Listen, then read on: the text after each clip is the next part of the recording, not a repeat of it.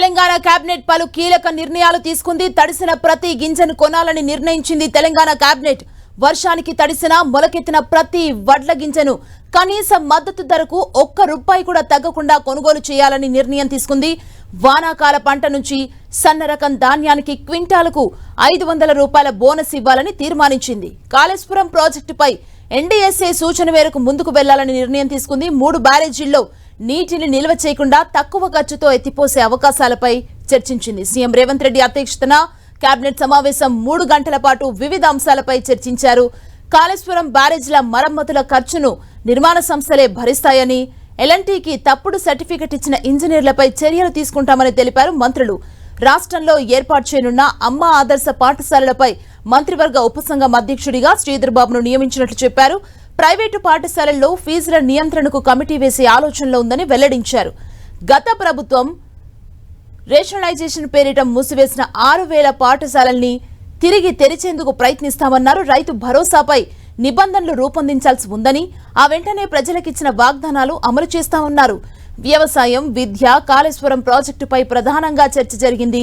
రాష్ట్రంలో యాసంగిలో ఇప్పటి వరకు రైతుల నుంచి 36 లక్షల టన్నుల ధాన్యాన్ని పౌర సరఫరాల సంస్థ ద్వారా సేకరించామని, గతంలో ఎన్నడూ లేని విధంగా 3 రోజుల్లోగా రైతుల ఖాతాల్లో డబ్బు జమ చేశామని మంత్రులు తెలిపారు. తెలంగాణ రాష్ట్రాన్ని సోనియా గాంధీ ఇచ్చి జూన్ 2కు 10 ఏళ్లవుతుంది. ఈ ఉత్సవాలకు ఆమెను ఆహ్వానించి సన్మానించాలని ఉప ముఖ్యమంత్రి భట్టి విక్రమార్క తీర్మానం ప్రవేశపెట్టగా మంత్రి మండలి ఆమోదించింది.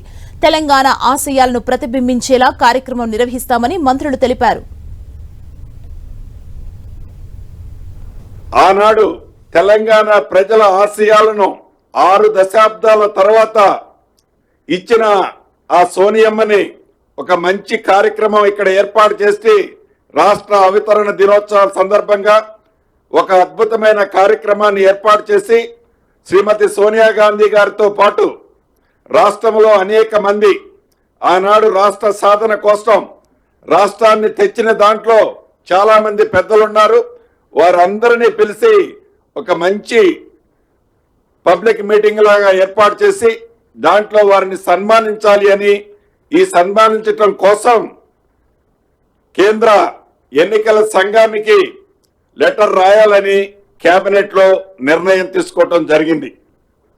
సన్న వడ్లు పండించిన రైతన్నకు క్వింటాలకు ₹500 బోనస్ ని ఈ వచ్చే సీజన్ నుంచి ఇవ్వాలని నిర్ణయించాం.